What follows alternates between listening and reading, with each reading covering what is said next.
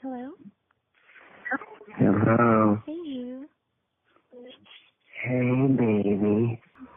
What's good, boo? What's up, babe? Not much, just waiting on you. Yeah? Yeah. See, now you finally hear my voice. Huh? I said, now you finally hear my voice. Yeah, I like it. I like yours too. Really? Heck yeah. I'm glad. Are you sleepy? A little bit, but I'm kind of just glad to talk to you, too. I'm glad I talked to you too. I'm glad you texted me back. Huh? I said, I'm glad you texted me back. I don't mean did you fell asleep. No, I was just so busy. I had to get my geometry homework done. And then it's just like all this random stuff, and I got stuck like on a problem, and then I figured out my history work, and I was like, shit. And then Mom's like freaking because she's leaving Thursday for a few days to Texas. So she's like, Bailey, get this shit done. I'm like, Mom, you're fucking my life up. I'm like, just get my homework done. Oh my God, stop fucking with me. So I hurried up and got those chores done before she went cray on my ass. And then I had to take a shower and get my hair done so that tomorrow I can just, I don't know what the fuck I'm going to do with it. What'd you do to your hair? Well, right now I just put it up in a ponytail. But tomorrow it just depends on how the weather's going to be. Because I don't want to, like, waste my time, like, straightening it if it's going to get all fucked up later. Then I can sleep more. On a God forbid if a girl's hair gets all fucked up, right? Oh, Seriously. boy. You don't understand. First world problems, man. I don't.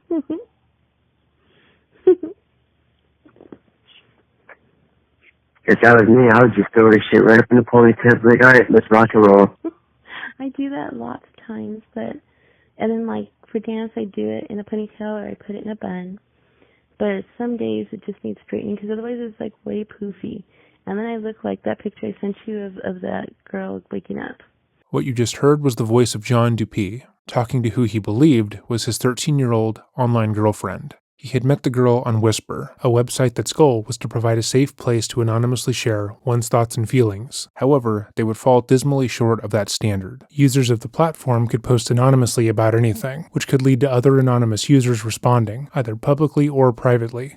The goal of the website was to allow honest communication and combat cyberbullying, as they disallowed any of the factors that one would usually find on sites where cyberbullying ran rampant. However, they didn't seem to realize that their site would become extremely appealing to two demographics: young children, who had limited to no experience on social media, and sexual predators, seeking those children out. Because the site didn't allow for users to have publicly facing profiles, many believed it was a safer alternative to Facebook, Instagram, and Twitter, and children were naturally drawn to the site, as they could post whatever thought came into their head without fear of their peers' judgment. And to be clear, most children's posts on social media are obvious, even if they are from an anonymous profile.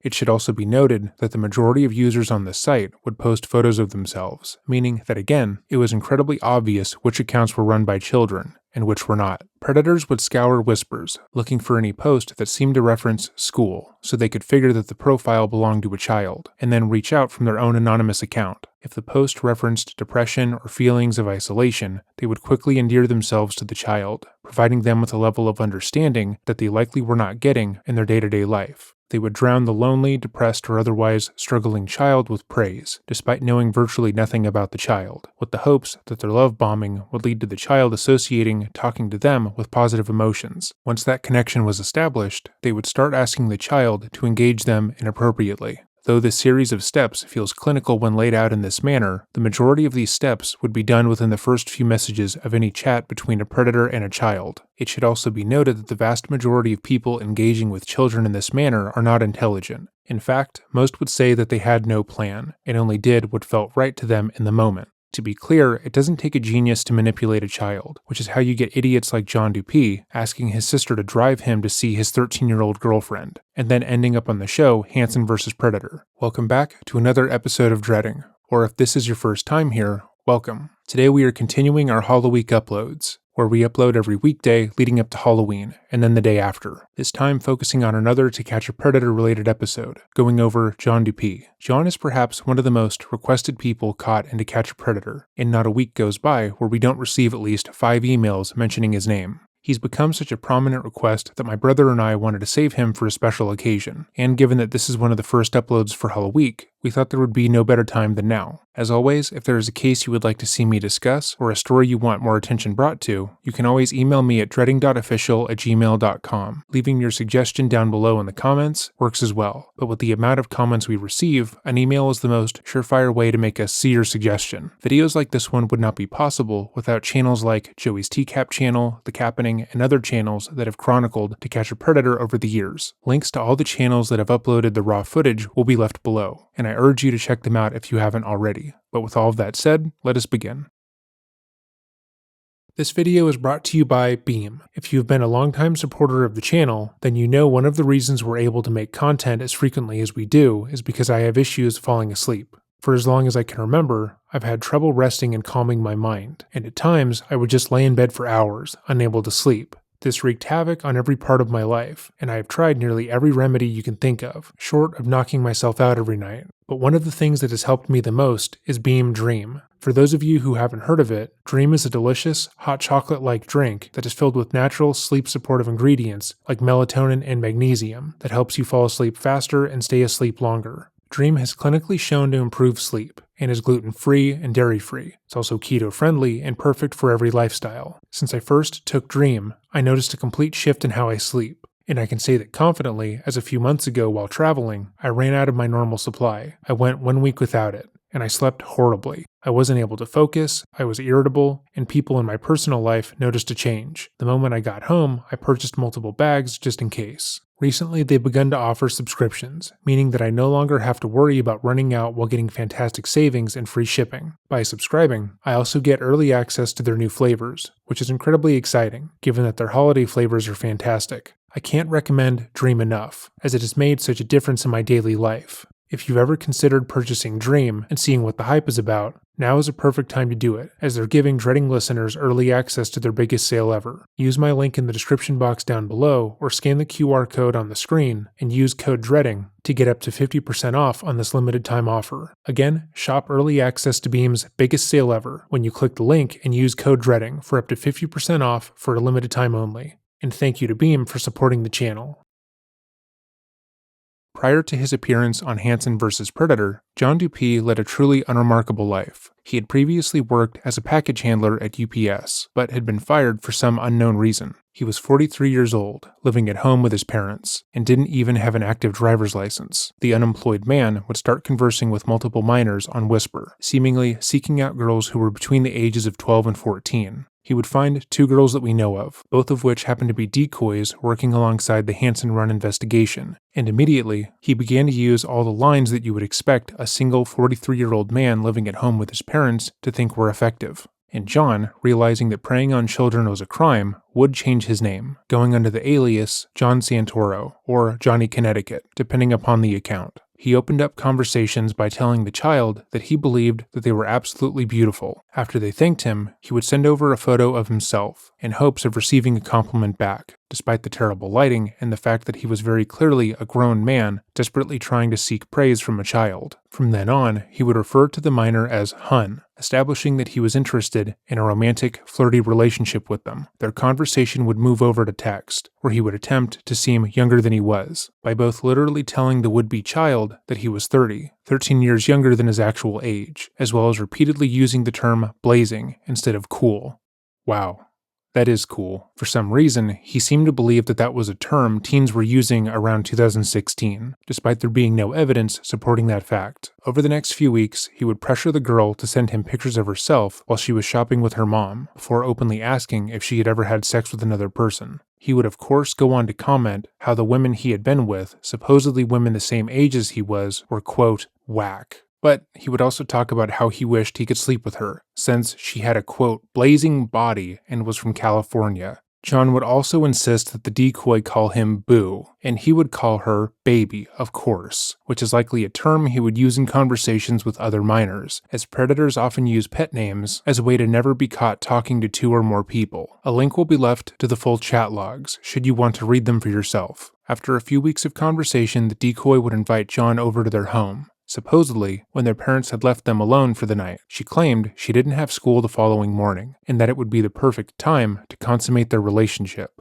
And John, of course, jumped at the chance. He asked his sister to drop him off at the Sting house, telling her that he was planning on hanging out with a friend, but not mentioning said friend was a minor that he had been trying to sexually exploit. And when he entered the house and saw the 19-year-old actress meant to play his victim, he was ecstatic. He was finally going to be preying on the child that he'd been fantasizing about for weeks. And it was only when Chris Hansen made his appearance known that he seemed to realize that his dream would sadly not come true. A link will be left to Hansen's full confrontation with the 43-year-old, as those tend to lead to videos being copyrighted. In his conversation with Hansen, he seemed entirely unsure as to what he had done wrong. Sure, he talked inappropriately with a fictional child, but he insisted that when he went over to the house, he had just come to hang out and to watch a football game. Even though their conversation was extremely graphic, with him detailing how he would like to sexually exploit and abuse the minor, he was adamant that he would have never done that. He just wanted to watch the game, and potentially sleep over. As the decoy said, she didn't have school in the morning. After their enlightening conversation, he was brought into the police station, where his interview would take place.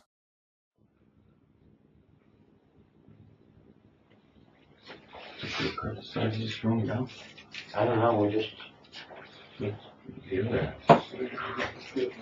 Did you want? When we cover predators caught on stings like this, we always try to take a moment to talk about what they wore to the sting house, because it tells you a lot about what they think about themselves. These are men who are looking to seduce and sexually exploit children, so their outfits often reflect that. They want to look young and cool, and also hip, so that the minor they hope to exploit thinks they're worthy of their time. And here, we see that John has adorned himself in an oversized tall tee covered in the letter 9 and baggy jeans. This kind of tall tee jeans combination is something that you would see worn by teenagers at the time, specifically those trying to appeal to a more urban style of streetwear, or the guy in his mid-20s who was held back multiple times and just graduated, so he's hanging out at the gas station across the street from the high school, who's also really cool, because he's got a license, and he can buy the freshman girls beers and cigarettes. But alas, we are talking about John. How do you do, fellow kids? What? He somehow looks like an old man and a child at the same time, which is antithetical to his goal. But already, the 43-year-old has begun to cry, which makes this getup feel even more out of place. At the time of upload, the last video we made in this series was that of Vincent Ambrosio, who spent the better part of the video trying to weaponize his pathetic behavior. They wanted the police as well as Chris Hansen to see him as such a pathetic little man that they would simply let him go on without consequences. But somehow, without even trying, John has him beat. You want this pencil? Okay. You got it? It's a pleasure working with you gentlemen. Absolutely. Get some pizza together, you know. Yeah. Oh, whatever. The pizza.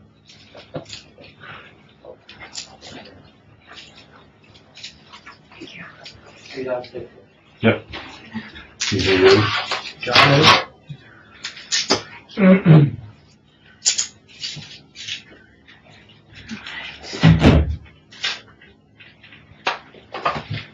My name is Beth. Okay, this is Fred. And I already signed your rights downstairs. We just before we talk, I just have to sign another form. And this is the same stuff you initialed downstairs. I just want you to see that your name is there and just initial it again and sign if you're willing to talk to us. What is my body?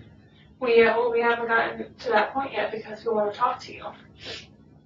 And like I said before, you know, we wrote out those charges, but we want to talk to you and hear your side of it, and then we'll go from there.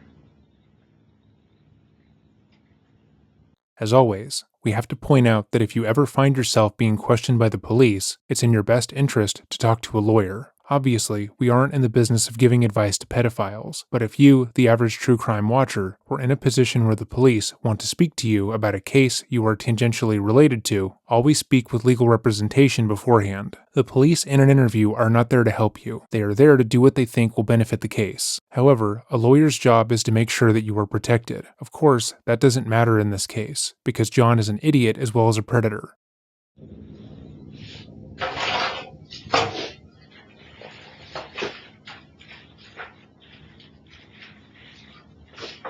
You just need to sign right there.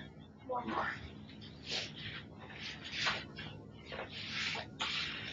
Okay.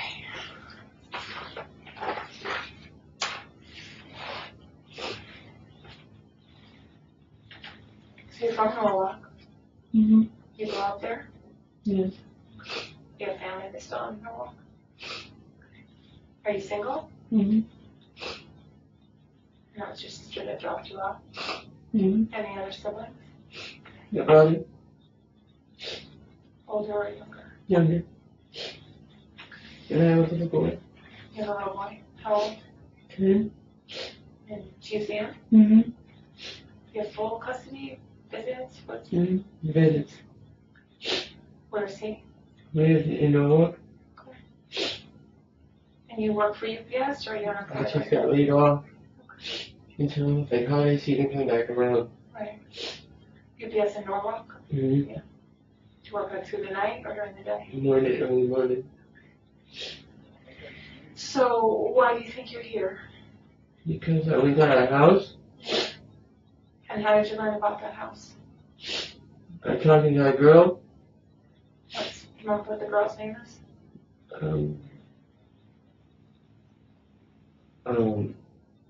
Building.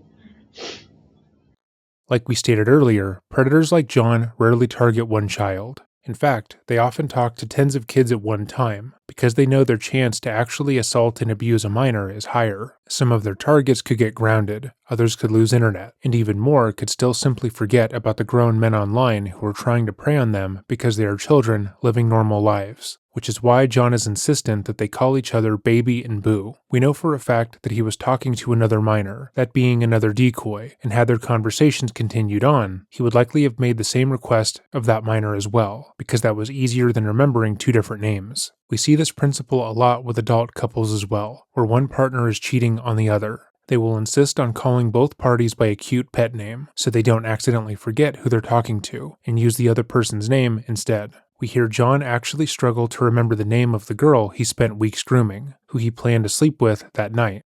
And how were you talking to Bailey? Were you talking on the phone? Both. Like actual voice-to-voice conversations? Mm-hmm. How did you first meet her? And the internet. What part of the internet? An application? Mm-hmm. What was the app? Whisper. And what do people go on Whisper for? Like, what drew you to Whisper? Just to talk, chat, you know. With people you know, or Yeah. strangers, or I mean, what's I it met called? maybe like one person that I know on there. That's it. Yeah. There's people in all over the United States. Oh, okay. Do people use their real names? I mean, I do. Yeah. He does not. Again, John is trying to pass some kind of moral judgment against people who don't use their real identities online. More specifically, the investigation that he has found himself wrapped up in. Like with Jeff Sokol and some of the other predators caught by these stings, they feel the real crime was being catfished and lied to, not the sexual abuse they were planning on inflicting upon a child. Also, he's just wrong. He hadn't used his real name on any of the sites he was active on, as we discussed, so this assertion is as stupid as his cool guy outfit. Do you expect when you meet somebody that that's really your name? I mean, I would hope. I mean, I'm telling the truth, you know. What name do you use on Whisper? You use John Dupee? No, I use Johnny, Connecticut. Johnny Connecticut. Mm-hmm. Okay. Do you have any other online names you use? No. Okay.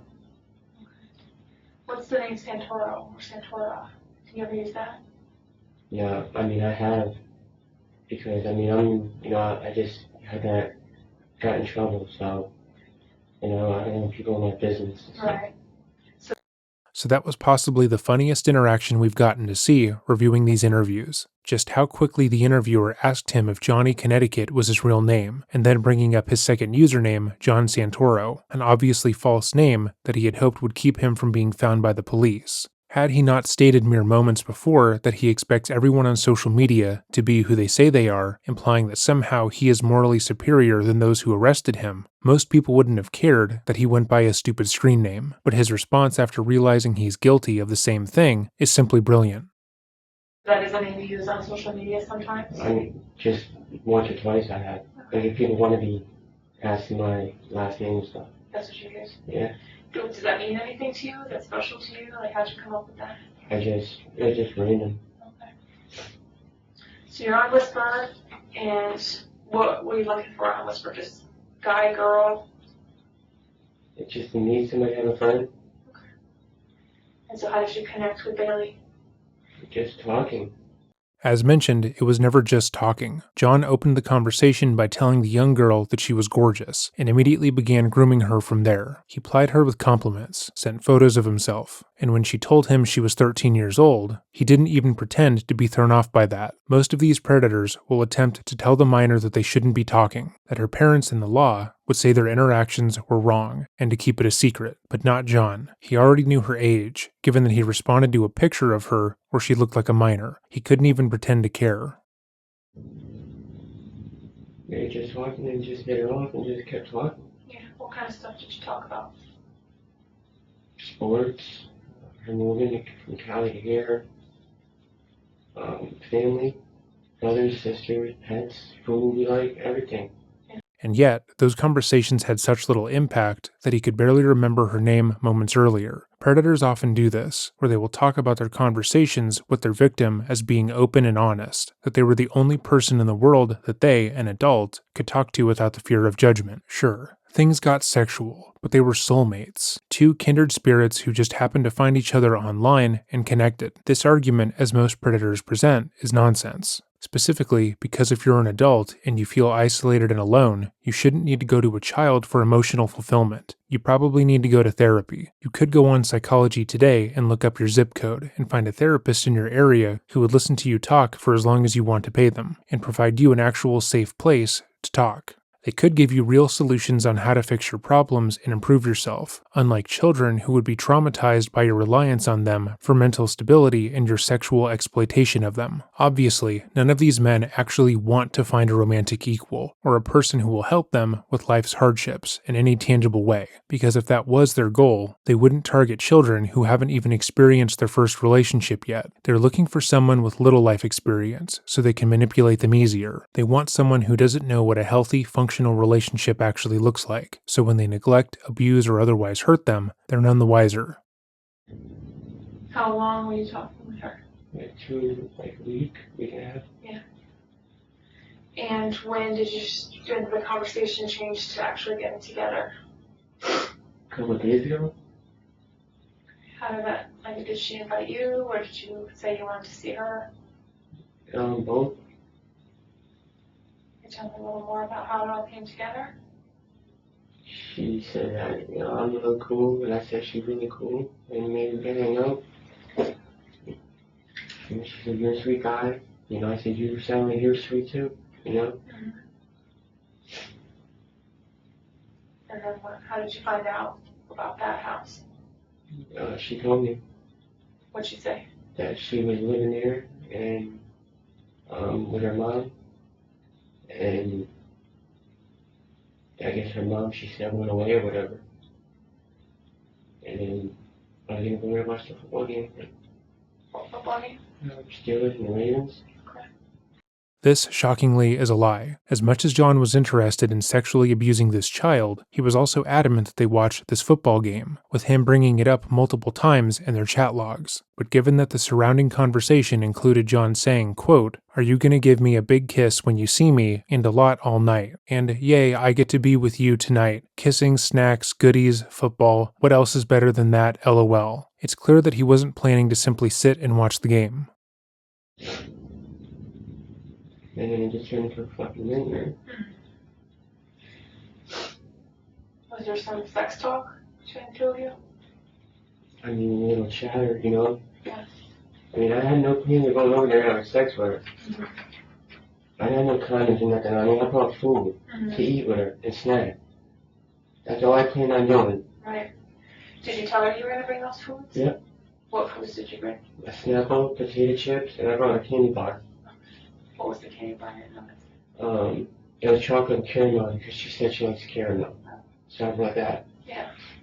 So you said you were gonna do, you said you were gonna do these things for her, and you followed through and you did it. Yeah. John doesn't realize what he's just agreed to, and why these stings require the suspect to come to the home. For the most part, these are just conversations. A person can go online and say they want to do something, all the while having no intention to actually do said thing. But when the predators take that step of coming to the home, their statements become more than just words. Now they're taking deliberate steps to actually commit a crime. He said he was going to get the decoy snacks and treats for that night, and he did. He said he was going to dress up for the occasion, and he did. So why shouldn't the police believe that he was going to sleep with her when he said that he would? If he did everything else he promised to do in their chat, why would they believe he wouldn't follow through on this part?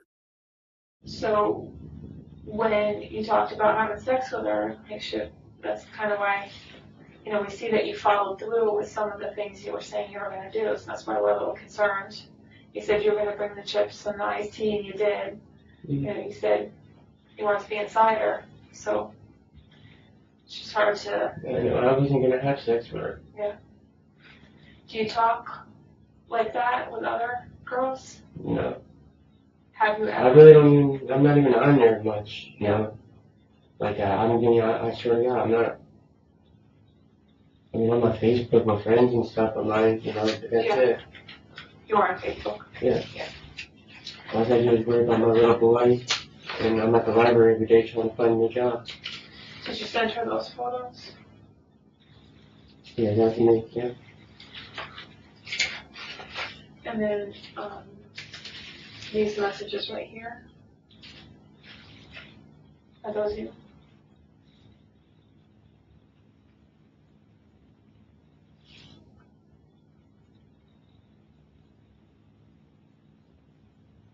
Is that you're just phone to phone, or is that on a social media app?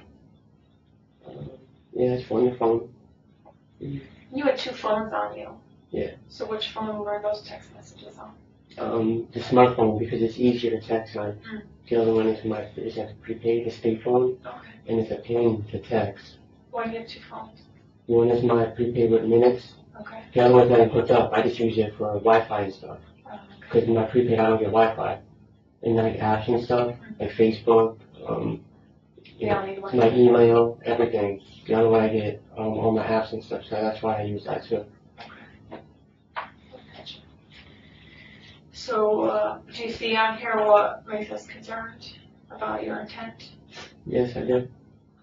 What's interesting about John is that he's an extremely agreeable person, so he continues to agree with the interrogator, even when it makes him look bad. He agrees that they should be concerned with the things that he said to the child, and he agrees that since he followed through with the other actions, that it makes sense that he would follow through sexually abusing the child, and so on. His only defense, basically, is, trust me, I wouldn't do this. When we've discussed other predators in this series, like Jeff Sokol, they're radically disagreeable, almost to the point of ridiculousness. They will contend that they did nothing wrong, that it's the cops and the investigation that is at fault, and so on. It's a defense mechanism to keep themselves from accepting the harsh reality that they found themselves in, but not John. And this girl told you how old was she? What did she tell you? I'm about to turn 14. She was still 13. Mm-hmm. Did she send you a picture? Mm-hmm. And what did she look like? Dark hair. Did she look 13? Like 17. Yeah. 18, yeah. Did you tell her that? Did she look older? I don't know if I said she was older. I said she talks, really. Did you? Yeah. Yeah.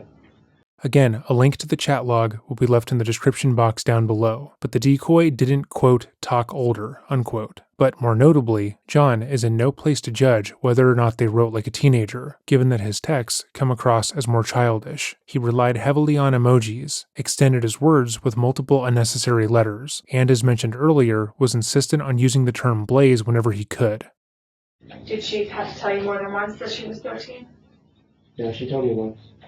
And did you believe her? Not at first. No.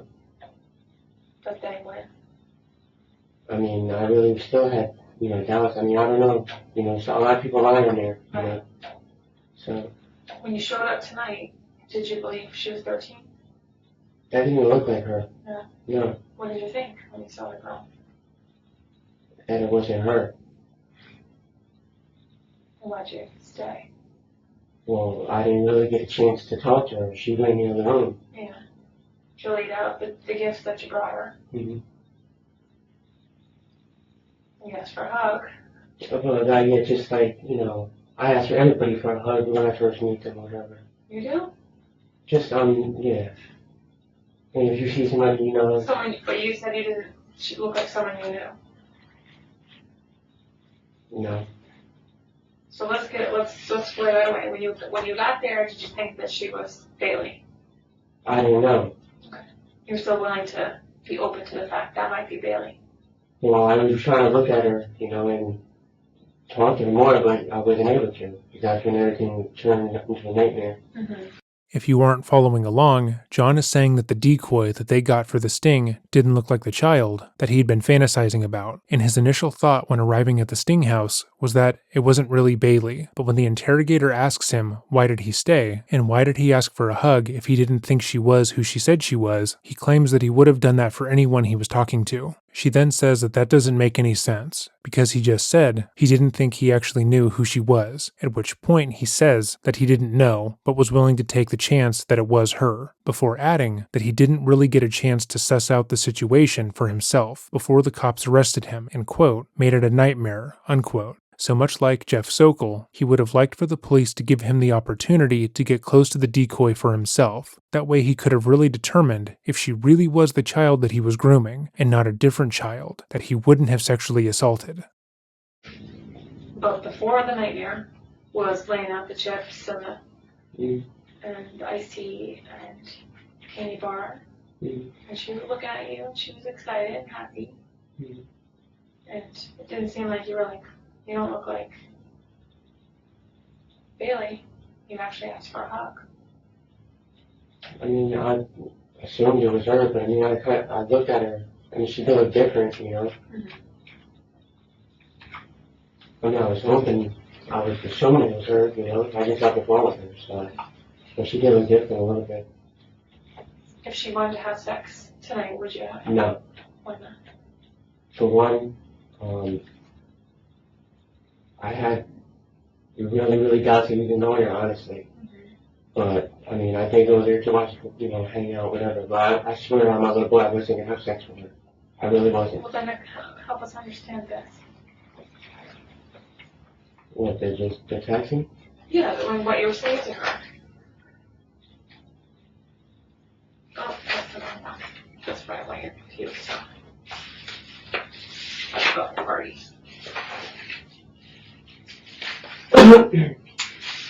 About you wanting to feel, you want her to feel you inside her.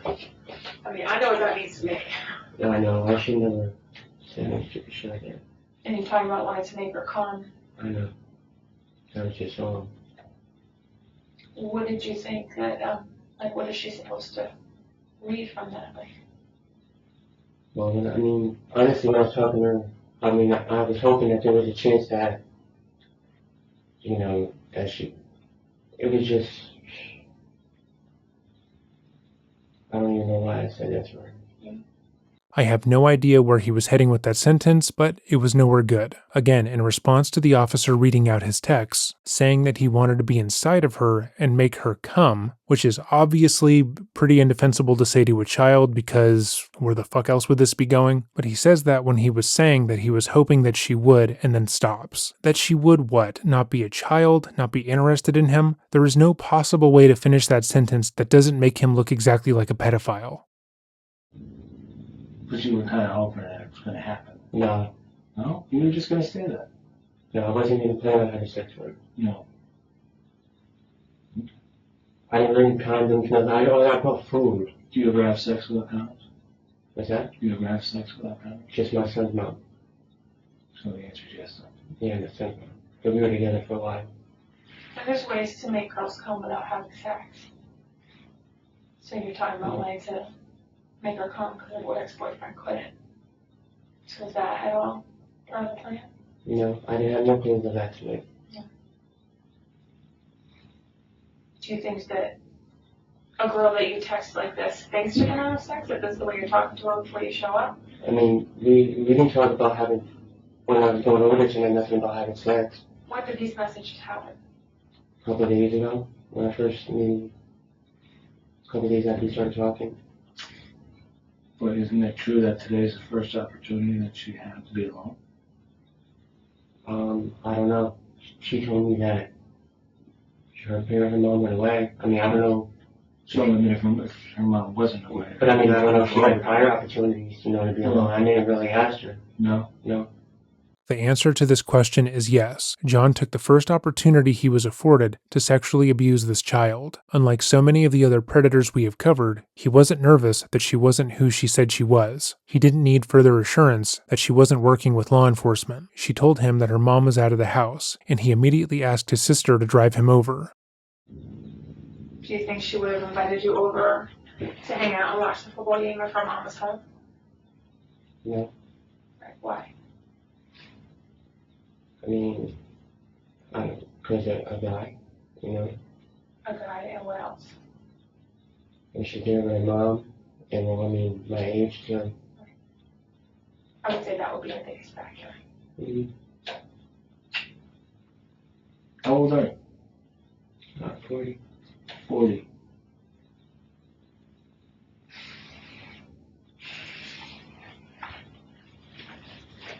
And how old did you tell her you were? 30. Did you tell her that in there? Yeah, I lied about my age because I didn't know she was lying about hers.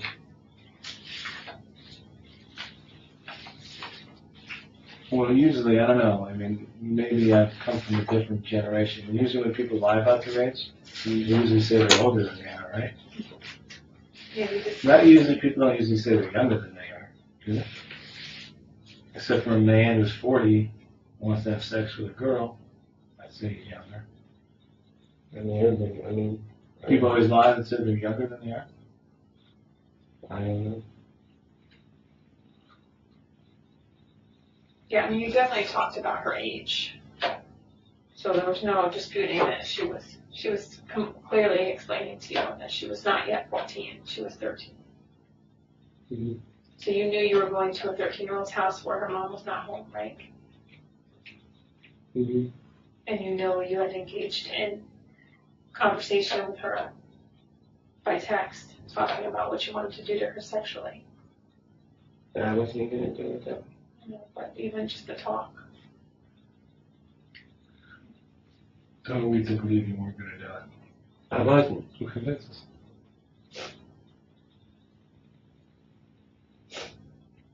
Sure, I was just going over there. Have some food where I lost the game. Do you see something wrong with just that part, though? What if she was just 13 and wanted to just hang out? What if she was just all over you? And there's no parents there, and you could have spent the whole night there. And isn't that dangerous for you? What did you tell your sister you were doing? Because I doubt if you told her you were meeting a 13-year-old girl. I just said I was going to hang out with a girl. She drove you from home up to Fairfield? Mm-hmm. And then what did you tell her about getting a ride home? I thought I was going to call her and have me pick me up. How old's your sister? 28. She's good to you like that? She'll go back home to Norwalk and come back to Fairfield and pick you up. Yeah, she wasn't. I mean, we're close. What would you do if you came home after you told your son you were going out for 20 minutes? And you came home and there was a 30-year-old guy sitting next to your son who's 10, not too much younger than this girl. Huh? What does that say to you? Anything? I don't understand.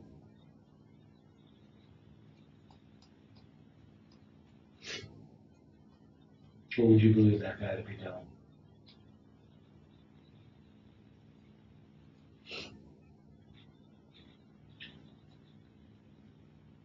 You ever done this before? You know, sir.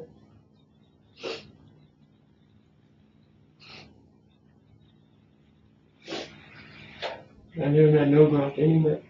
No? No, never. Have you tried and it just hasn't happened? Nope.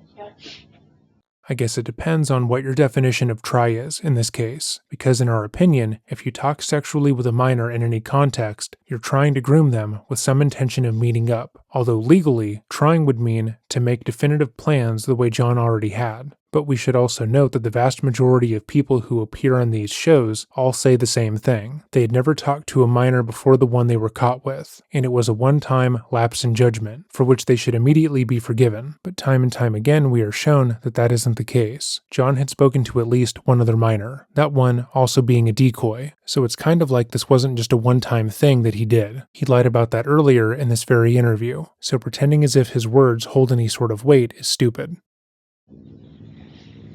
So what's going on in your life that you reached out for someone now? I mean, I just hit it off with her and just, I mean, I don't know.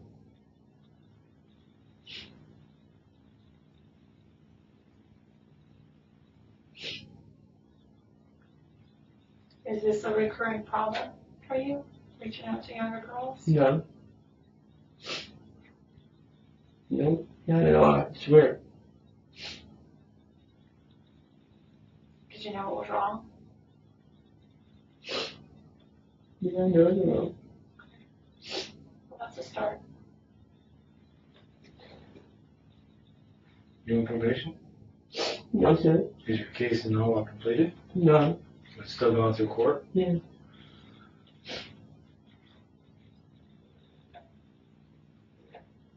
Is your son with his mom tonight?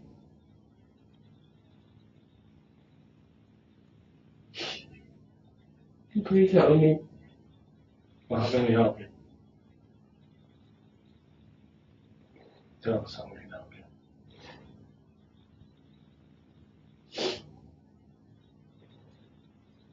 Did you go to counseling? We go Connecticut counseling. For drugs? Yeah. For addiction. No. I remember that, but I mean for anything else. You talk about anything else? No, sir.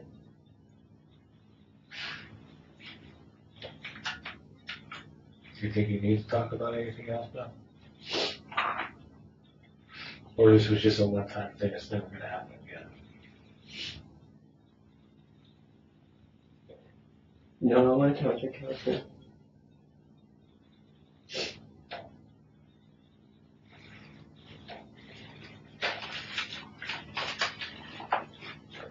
I know I've never talked to nobody. None of them were that. That's not bad again. What other sites do you talk to strangers on? Whisper and what else? That's it. Really? I have friends on Facebook. You talk to strangers though? On Facebook? Yeah. No. Do you accept people that you don't know? No. What's your Facebook name? My name's John Dupee. I don't really, Facebook's all gossip. I go once in a while, see talk to my little boy, that's it.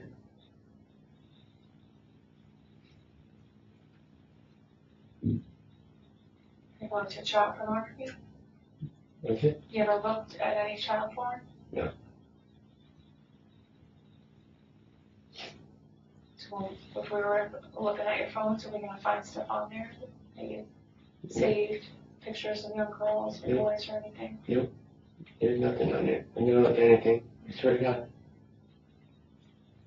So what's going on in your life if this happened now?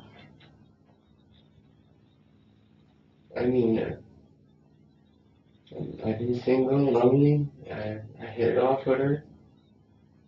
There's something somewhat refreshing about John, because unlike so many of the people we have covered who are caught in stings like this, he isn't making the common excuses, we usually hear about how a person is depressed, deeply unfulfilled in their lives, and how sexually exploiting a child was something that they did to quell that, as if hurting an innocent person would give their life more purpose and fix them. But John doesn't say that. He was single and lonely, sure, but he isn't necessarily saying that's why he decided to go after 2 minors that we are aware of. He isn't trying to gain pity or justify what he did. He was bored living at home with his parents, and he knew that any woman his age would be less than impressed with how he was living his life.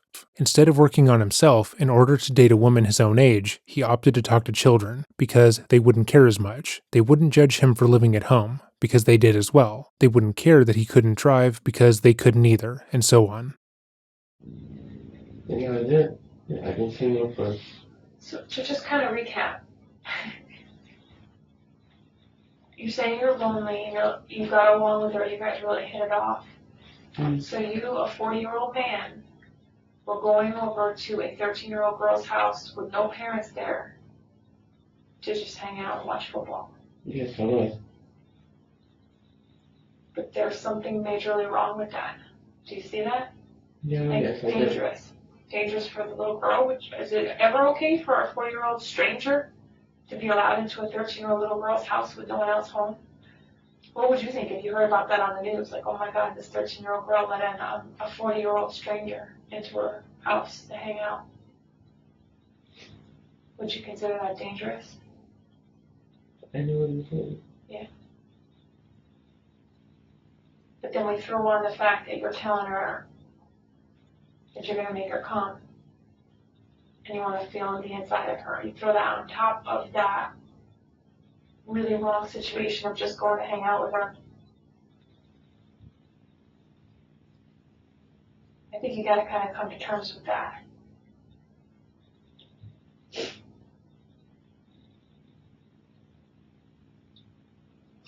And kind of admit that you would have had sex with her if she was into it. No, I wasn't. I wouldn't I don't have. think you were gonna like hold her down in paper, and I don't think anyone believes that. But I think if she was a 13-year-old that was into you, you would have been okay with that. No, I wouldn't have had sex with her. I wouldn't have. What would have stopped you if she was all over you? I would have just told her I can't do it. What would you have done? I would just said I can't do it, and just tell her. What if she was like, well, then why do you say those things to me by text? That's why you're here. That's why she wanted you to come over. I would have just gone around it. I wouldn't have did it. I was not going to have sex with that girl. I wasn't. You had no way out of there. You had no car you could drive away with. You're planning on spending the night, right? No, I was going to get picked back up. You told Chris Hansen you were going to spend the night. No, I was going to get picked back up. While this case never did properly go to trial because he would plead guilty, this statement could have been used to discredit him in the eyes of the jury. When a person changes their story depending upon who they are talking to, it demonstrates that they can't be trusted on their word alone. He knows that he was recorded when he was talking to Chris Hansen, and he saw the cameras, so changing his story now only hurts his credibility, which is obviously bad for him, as all he has to go on is his promise to the detectives that he wouldn't have slept with the 13-year-old that he was grooming, even if she really wanted him to. Tonight? Yeah. Well, downstairs, what was they said your sister, what we call your sister if she comes and gets you? Yeah, she was going to come get me. Back tonight? Mm-hmm. Her and my brother, they were going to come get me. That's if you didn't stay over, because you said in the house that you were hoping to stay over. That's what you said. Or did you guys communicate that, you and Bailey? Did you guys talk about you spending the night? No. No. That doesn't make that big a difference, though. Listen, there's no plausible explanation for a 40-year-old man to wait and be in a house with a 13-year-old girl when there's no parents home. There's only one reason for a guy to do it, and that's for sex. So you can say whatever the hell you want to say, but you're lying. You're lying to yourself. You don't lie to us. We know why you were there. You're lying to yourself. Admit it to yourself, and let's get on with it. Because there's no other reason for you to be there. I wasn't going to. You're going to have, you could sit and watch a football game with your son. Can't you? Can't you? Not tonight, no. Any other night. Only on Sundays. Okay, so on Sunday you could sit around and watch a football game with your son and bring him a chocolate bar and all the other stuff that you brought over there, couldn't you? Mm-hmm. Couldn't you? You could, absolutely. But no, you chose to come to Fairfield from Norwalk on a rainy Thursday night to sit down with a 13-year-old girl whose parents were home to do what? To do what? Be honest. To do what? No. To do what? To chill and watch the To football do game what? with her. No, not to chill and watch the ball game with her. To eventually have sex with her. I was not You were gonna. hugging her within the first minute you're in the house. You're trying to hug her. You're pushing yourself on her right in front of us. She didn't want to hug you. She didn't do anything to indicate she wanted a hug from you. You went at her. Do you even realize that? All I think was just ask her for a hug. Right, but you're getting physical, and you're trying to tell us, no, I wasn't going to do anything. I just want to hang out and watch the football game. Well, you were getting physical with her in the first 60 seconds you were in the house. No, I was just saying like hello, you know, like a hello She's a hug. little baby. She's a 13-year-old little girl. Who does that? And talks about sex with her like that. After even seeing a picture of her. She's a little girl. Do you see that in the pictures? Do you see she's a little girl? Look. Does that look like a football buddy? I got football buddies, but they're usually guys that are at the bar.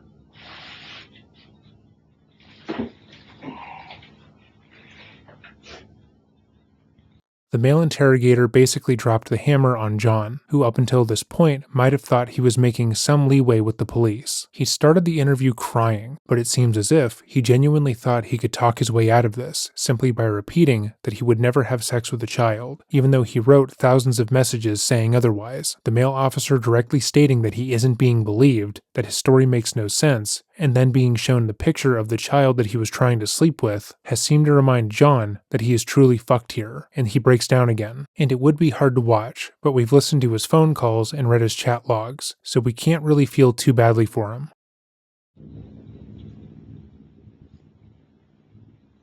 John, listen.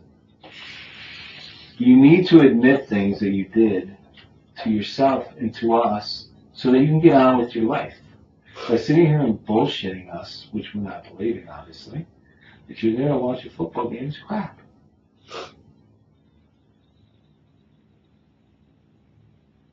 So if you want any chance of making a phone call and getting out of here tonight, tell us why you were really there, and then we'll get on with it. I told you, I wasn't gonna have sex with her.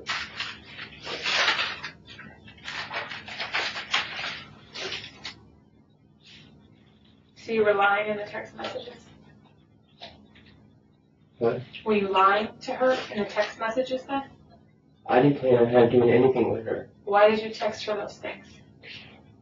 You know what I think? I think he's inadequate. He couldn't have sex with her.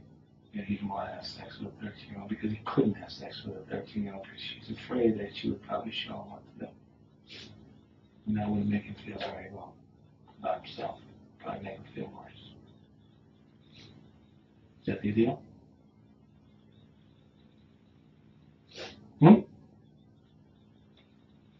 I wasn't gonna have sex with her. I don't even know why I said those things. Well, you got yourself in a bad situation, and the only way I can figure out is that you're going to get any kind of like funneling toward help versus being hammered, is if you can take responsibility for why you were there and admit you have a problem. And then people can start helping.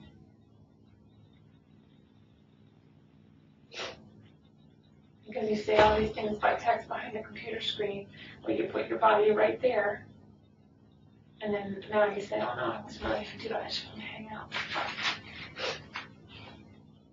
Do I have a body? You probably have a bond. You have criminal history too, right?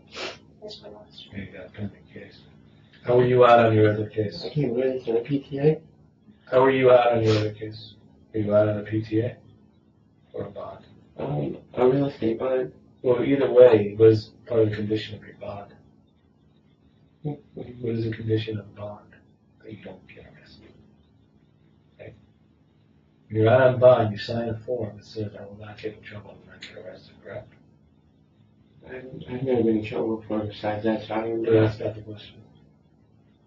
When you sign a bond to get out, you're signing that you will not get in trouble while you're out on bond.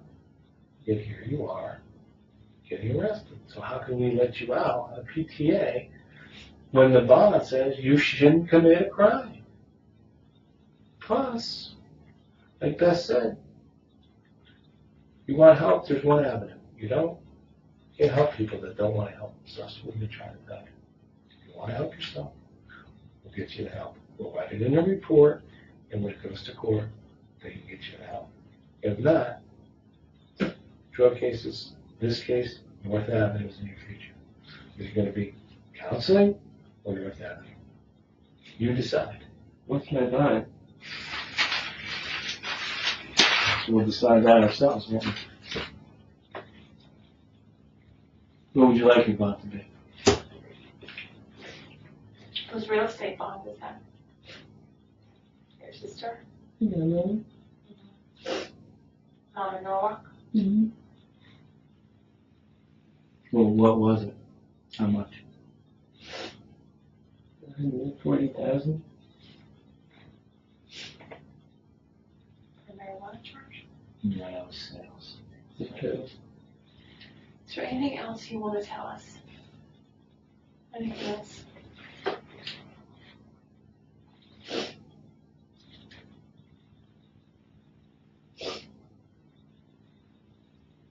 What does your tattoo say? Everything happens for a reason. Tell us what this reason is.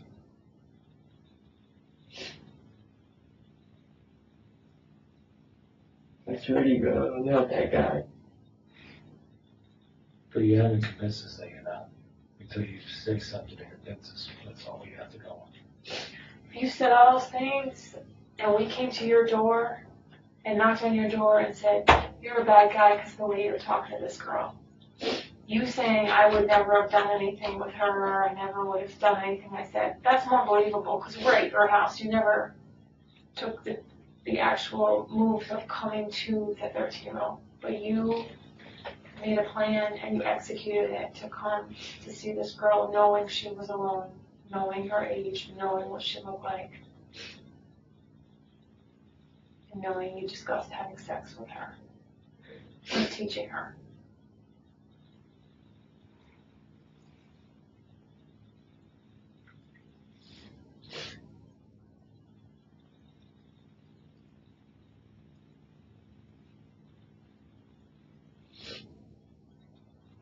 Anything else you want to know, John?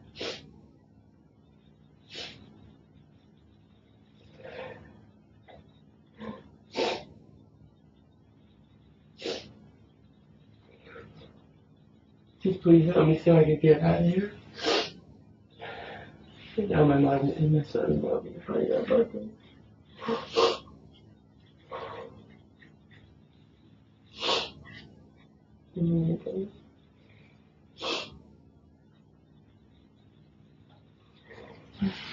Stand up. Stand up and turn around. And behind your back.